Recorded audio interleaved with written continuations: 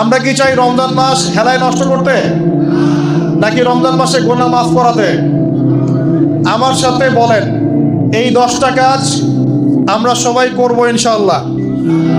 রমজান মাসকে ইফেক্টিভ করতে এই 10টা কাজ করব ইনশাআল্লাহ। রাজি আছেন? এক নাম্বার হচ্ছে 5 ওয়াক্ত নামাজ। রাজি আছেন কিনা? 5 ওয়াক্ত নামাজ সাধ্যমতো চেষ্টা করব জামাতে পড়ার জন্য। ওই যে নামাজ নাই ইসলাম নাই, নামাজ যে পড়ে না ওর সাথে কোনো খাতির নাই। খাতির আছে? কোনো খাতির নাই। নামাজ অবশ্যই পড়তে হবে, মাস্ট বি।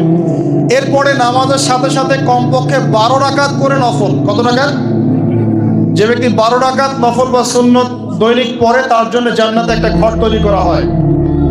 12 রাকাত কি কি কে বলতে পারবেন? প্রথমে ফজরের 2, জোহরের আগে 4, জোহরের পরে 2, কত হলো? 4, 2, 6, 2, 8। মাগরিবের পরে, এশার পরে, এই হলো 12। পড়বো তো ইনশাআল্লাহ। এইগুলো 1 নম্বর কাজ, নামাজ পড়া। 2 নম্বর ভাই, নামাজের সাথে সাথে তাহাজ্জুদ এবং তারাবি অবশ্যই পড়তে হবে। রাজি আছে কিনা? আল্লাহর ওয়াস্তে গ্যাঞ্জাম করতে যায় না 20 না 8, এই গ্যাঞ্জামে আল্লাহর ওয়াস্তে যায় না। তারাবির নামাজ 5 ঘন্টা। কত রাকাত সেটা বড় কথা না। তারাবির নামাজ কত ঘন্টা? প্রায় 4-5 ঘন্টা। আর 5 ঘন্টায় 8 রাকাত পড়েন, 5 ঘন্টায় 20 রাকাত পড়েন। কি বুঝতে পারছেন কথা? নবী সাল্লাল্লাহু আলাইহি ওয়াসাল্লাম তারাবির নামাজ কত লম্বা পড়েছে? 1 ঘন্টা। কতক্ষণ পর্যন্ত? সাহাবীরা কি বলছেন? সাহাবীরা বলছেন যে আমরা তড়িঘড়ি করে সেহরি খেয়েছি। নামাজ এত লম্বা নবীজি পড়েছেন, শেষে তড়িঘড়ি করে সেহরি করতে হচ্ছে। নবী সাল্লাল্লাহু আলাইহি ওয়াসাল্লামের 2 রাকাত নামাজ কত লম্বা ছিল। আমরা এখন নামাজের রাকাত সংখ্যা নিয়ে যত বেশি ঝগড়া করি, কোয়ালিটি নিয়ে এত ঝগড়া করি। কোয়ালিটি ইম্পর্টেন্ট না? আমার নামাজটা কত সুন্দর হচ্ছে, কত লম্বা হচ্ছে, কত ধীর স্থির হচ্ছে, এই নামাজে আমি ধীর স্থির ভাবে কোরআন শুনবো, বুঝবো, চোখ দিয়ে পানি ঝরবে, এগুলো ইম্পর্টেন্ট না?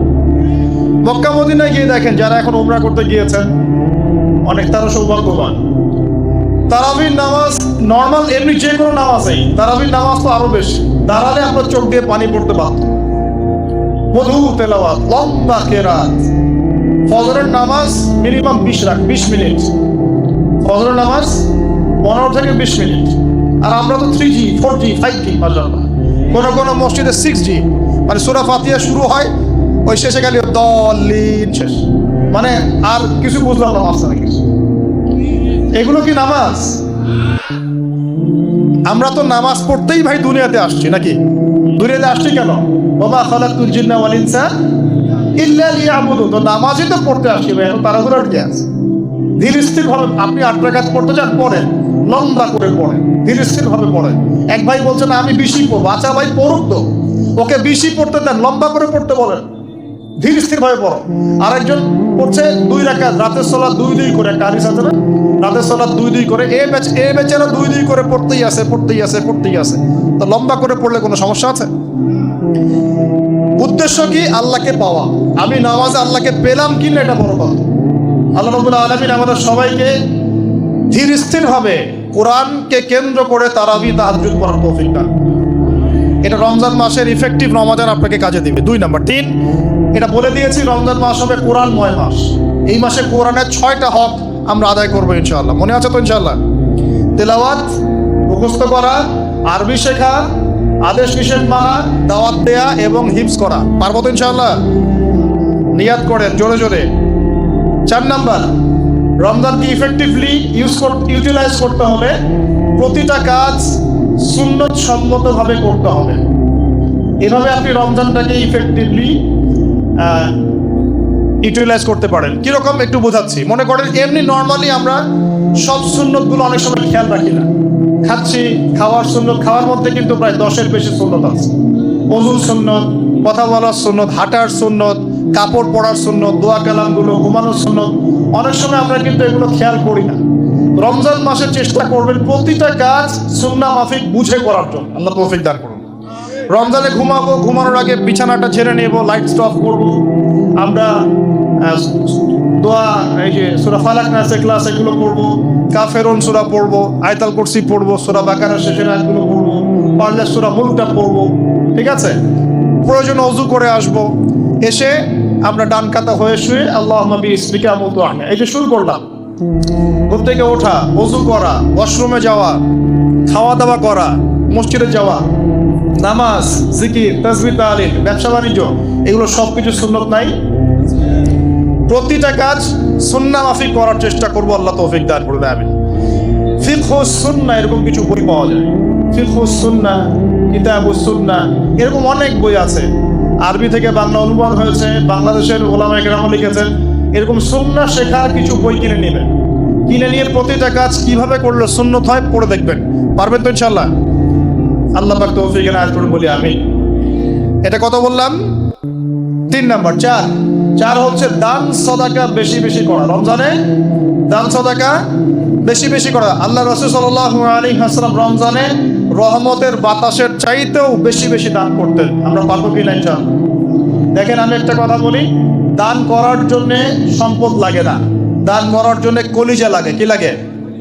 ব্যাস, যার মন বড় সে দান করতে পারবে। আল্লাহ পাক আমাদের সবাইকে দিনের জন্য দান করার তৌফিক দান করুন। দিনের জন্য দান করেন, স্থানীয় মসজিদ, মাদ্রাসায়, এতিমখানায়, অসহায় মানুষের পাশে, বিধবার ঘরে, এতিমের ঘরে, যারা খেতে পারছে না 3 বেলা, ওদের ঘরে ঘরে রমজানের বাজার পৌঁছে দেন। আল্লাহ পাক তৌফিক দান করুন। আমিন। 5 নাম্বার, রমাদান মাসে অবশ্যই অবশ্যই আমাদের জাকাতগুলো আমরা দিয়ে দিব। রাজি আছি তো ইনশাআল্লাহ? বলেছি জাকাত এবং সালাতের মধ্যে যে পার্থক্য করে সে মুসলিম নয়। জাকাত ফরজ হয়েছে, অবশ্যই অবশ্যই আপনাকে জাকাত দিতে হবে। এটা কিন্তু নফল কিছু নয়, এটা কি ফরজ। জাকাতের নিসাব জানেন কি না? কত পার্সেন্ট? 2.5%। আচ্ছা, জাকাতের নিসাব নিয়ে ইনশাআল্লাহ পরবর্তীতে লেকচার চলে আসবে, অনলাইনে দেখে নিন। এছাড়া ফিকহুস যাকাত কিছু প্রোগ্রাম আসবে, অনলাইনে দেখে নেবেন ইনশাআল্লাহ। আল্লাহ রাব্বুল আলামিন আমাদের সবাইকে যাকাতগুলো দেওয়ার তৌফিক দান করুন। শুধু যাকাত যদি আমরা ঠিকঠাক মতো দিতাম, একজন মানুষও সমাজে না খেয়ে মারা যেত। একজন মানুষ সমাজে, এই যে ইকোনমিক সমস্যাগুলো যেগুলো হয়, অর্থনৈতিক সমস্যা, স্যাংশন, মুদ্রাস্ফীতি, হাবিজাবি, অনেক প্রবলেমস ওভারকাম করা যেত শুধু যাকাতের মধ্য দিয়েই। কিন্তু কে শোনে কার কথা? সবাই কি যাকাত দেয়? বাংলাদেশে এমনও মানুষ আছে যারা একজনের যাকাত দিয়ে 100 পরিবারের সংসার চলবে। আছে না? এগুলো আমরা যাকাতগুলো দেওয়ার চেষ্টা করি। আল্লাহ পাক তৌফিক দান করুন। 6। 7 নাম্বারটা বলে দিয়েছি, রমজান হচ্ছে একটা নতুন জাতির উত্থান। অতএব রমজানে আমরা সমস্ত পাপ ছেড়ে দিয়ে একটা আলোকিত জাতি হিসেবে আত্মপ্রকাশ করবো ইনশাআল্লাহ। আল্লাহ পাক তৌফিক দান করুন। 8 নাম্বারও বলে দিয়েছে, রমজান হচ্ছে জুলুমের বিরুদ্ধে দাঁড়িয়ে যাওয়ার চেতনা। রমজান কি? ওই যে বদরের যুদ্ধ, জুলুমের বিরুদ্ধে দাঁড়িয়ে যাওয়ার চেতনা হলো রমাদান। তাই সর্বস্তরের জুলুমকে আমরা রমজান মাসে রুখে দেওয়ার চেষ্টা করবো ইনশাআল্লাহ। আল্লাহ পাক তৌফিক দান করুন। শুরুটা হবে কোথা থেকে? নিজের থেকে। আমার নিজের মধ্যে কি কি জুলুম আছে আমি আগে দেখবো, আমি কার কার উপর জুলুম করেছি এটা আগে দেখবো, এগুলো আগে প্রতিহত করবো, তারপরে আমি ইনশাআল্লাহ তাআলা পরবর্তী দিকে ফোকাস করবো। 9 নাম্বার খুব ইম্পর্টেন্ট। 9 নাম্বার আর 10 নাম্বারটা বেশি ইম্পর্টেন্ট। 9 নাম্বার হচ্ছে রোজা রাখা মানে আমরা অনেকেই মনে করি যে না খেয়ে থাকা আর কি পানি ছেড়ে দেওয়া। অনেকেই মনে করি এটা রোজা মানে আমাকে না খেয়ে থাকতে হবে আর পানি ছেড়ে দেওয়া লাগবে, স্ত্রী সহবাস ছেড়ে দেওয়া লাগবে। কিন্তু এর চেয়ে বেশি ইম্পর্টেন্ট একটা বিষয় আমরা ভুলে যাই, সেটা হলো রমজান মাসে রোজা রাখার অর্থ হচ্ছে আল্লাহ পাকের সমস্ত কবিরা সগীরা গুনাহ ছেড়ে দেওয়া। রোজা রেখেছি, গীবত করলাম, রোজা হবে কিনা? রোজা রেখেছি, মিথ্যা কথা বলছি, হবে রোজা? রোজা রেখে ওই ভদ্রলোক সুদ খাচ্ছে, রোজা হবে? রোজা রেখে অমুক ভাই আমার টেবিলের নিচ থেকে টাকা নিল, রোজা হবে? অমুক ভাই মানুষের সম্পদ আত্মসাৎ করে ফেললো, হবে? অমুক বোন বেপরদায় বাইরে বের হয়ে গেল, রোজা হবে? অমুক ভাই মনে করেন ওই যে গার্লফ্রেন্ডের সাথে চলে গেল ডেট করতে, রোজা হবে কিনা? অনেকে পর্নোগ্রাফি দেখছে রোজা রেখে, রোজা হবে কিনা? এই যে কবিরা গুনাহ যেগুলো আছে, যত রকম কবিরা গুনাহ, এই গুনাহগুলোতে লিপ্ত থাকলে রোজা ভেঙে যায়। আল্লাহ পাক আমাদের সবাইকে কবিরা গুনাহ মুক্ত রোজা রাখার তৌফিক দান। আর 10 নম্বর পয়েন্টটা হচ্ছে এই ভাই, রমজান মাস আসলে মাশাআল্লাহ শিকল দিয়ে শয়তানকে বেঁধে রাখা হয়। রমজান মাস আসলে মাশাআল্লাহ আমরা অনেকেই পাক্কা মুসল্লি হয়ে যাই, দান সদকা করি, যাকাত দেই, তারাবি পড়ি, তাহাজ্জুদ পড়ি, অনেক কিছুই করি। কিন্তু ঈদের দিন আসলেই মাশাআল্লাহ আমরা আবার আগের জায়গায় ফিরে যাই।